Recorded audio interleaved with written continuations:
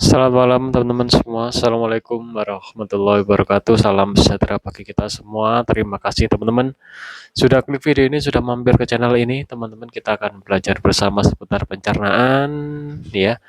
Baik itu GERD, gastritis atau anxiety teman-teman ya, atau ya mungkin seputar kesehatan lainnya teman-teman ya. Barangkali beberapa video yang saya sampaikan bisa bermanfaat.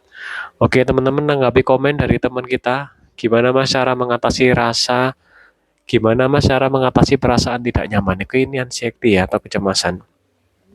Bagi teman-teman yang mengalami keluhan seputar GERD ya, atau pencernaan yang disertai dengan kecemasan, mohon diperhatikan, itu yang sedang ada keluhan atau yang sedang memburuk adalah kondisi di mana teman-teman di usus halusnya. Jadi di usus halus ini teman-teman ya, itu memberikan efek ya.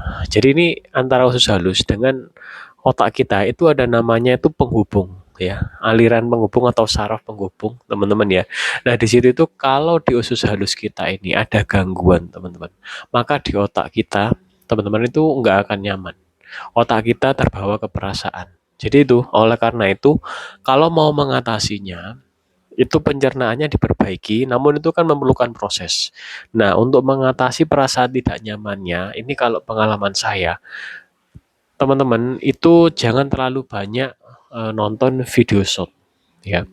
Jadi jangan terlalu banyak scroll-scroll media sosial atau informasi-informasi yang nggak penting. Terkadang kita kalau nggak ngapa-ngapain, kita udah pegang HP, scroll-scroll, nggak terasa setengah jam, 1 jam, 2 jam, nggak terasa. Atau mungkin hanya 15 menit itu sudah sangat berpengaruh kepada otak kita.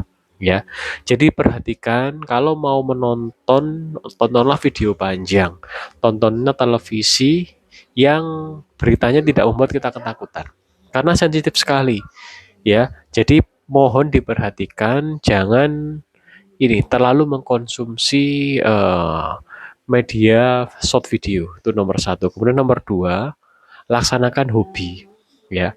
Hobi atau kesukaan kita teman-teman ya, itu apa aja silahkan dicari sendiri, setiap orang hobinya bermacam-macam. Dengan melaksanakan hobi kita akan mendapatkan ini eh, hormon ketenangan, hormon kenyamanan kita akan muncul ya.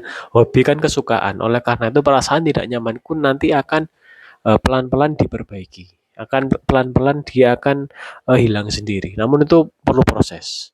Kemudian langkah berikutnya, silakan rutin jalan kaki setiap pagi ya, terutama sambil berjemur, sambil tanpa menggunakan alas kaki atau grounding, karena pada saat kita jalan kaki teman-teman itu juga meningkatkan apa teman-teman, produksi hormon ketenangan kita, kenyamanan kita ya. Jadi jalan kakinya itu nggak usah jauh-jauh dulu teman-teman ya, ya sekitar rumah saja. Dan jangan lupa sambil berjemur.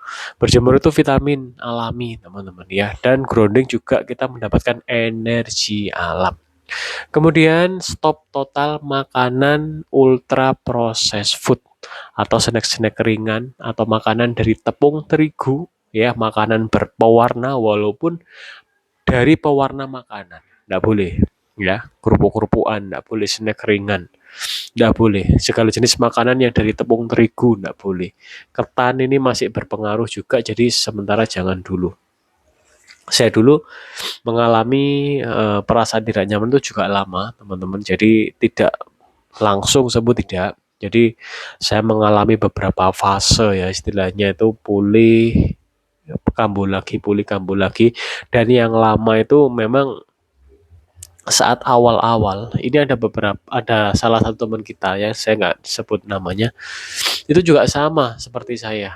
Jadi cek video-video saya, diterapkan ya. Kalau metode saya mengedepankan dengan melaksanakan puasa, karena dengan puasa itu lebih cepat ya. Saya bantu dengan puasa itu, perbaikan itu sangat cepat sekali. Namun puasanya jangan dipaksa teman-teman ya, jangan dipaksa. Maksudnya ketika biasanya kalau GERD itu kan sesak ya, kalau untuk puasa perut kosong.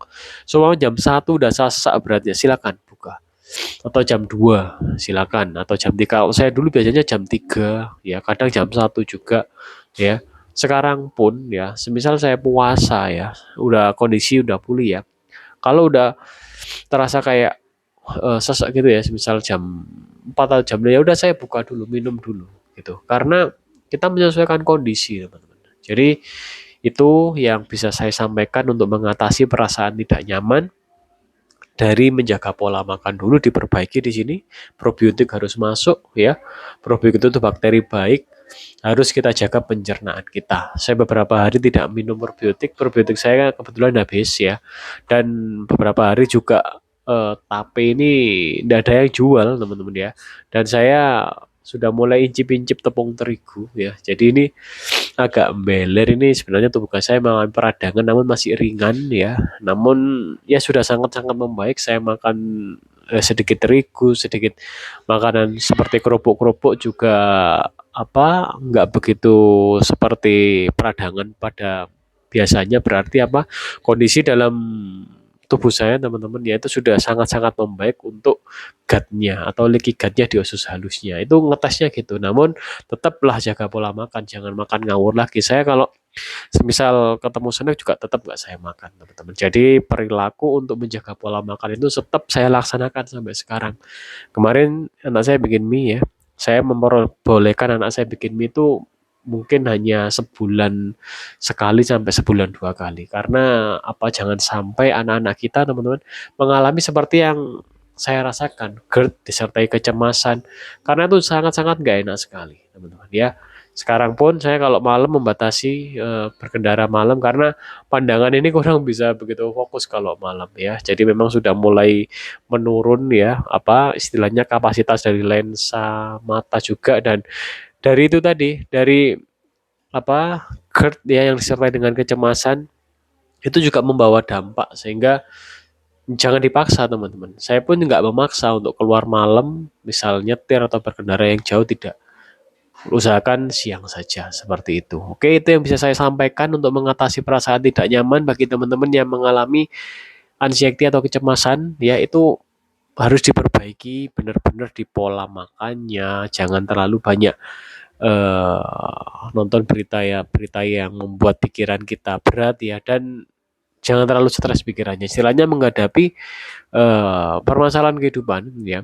Kita bilangkan permasalahan itu maksudnya terkadang apa yang datang ke dalam hidup kita. Biasanya itu kurang bisa kita terima. Oleh karena itu saya mengatasnamakan permasalahan kehidupan. Nah, itu kalau kita terima permasalahan kehidupan itu nggak ada. Ya udah, kita jalani apa adanya setiap hari. Yang penting kita tetap sungguh-sungguh melaksanakan pekerjaan dengan sungguh-sungguh, teman-teman, melaksanakan ibadah dengan sungguh-sungguh, dan bermanfaat kepada orang lain. Itu penting sekali. Oke, teman-teman, seperti ini video yang saya sampaikan. Semoga bermanfaat, teman-teman semua. Silakan komen-komen ya, dan jangan lupa, teman-teman ya, untuk konsumsi probiotik. Oke, teman-teman. Wassalamualaikum warahmatullahi wabarakatuh. Ketemu di video selanjutnya. Salam sejahtera bagi kita semua. Rahayu, rahayu, rahayu.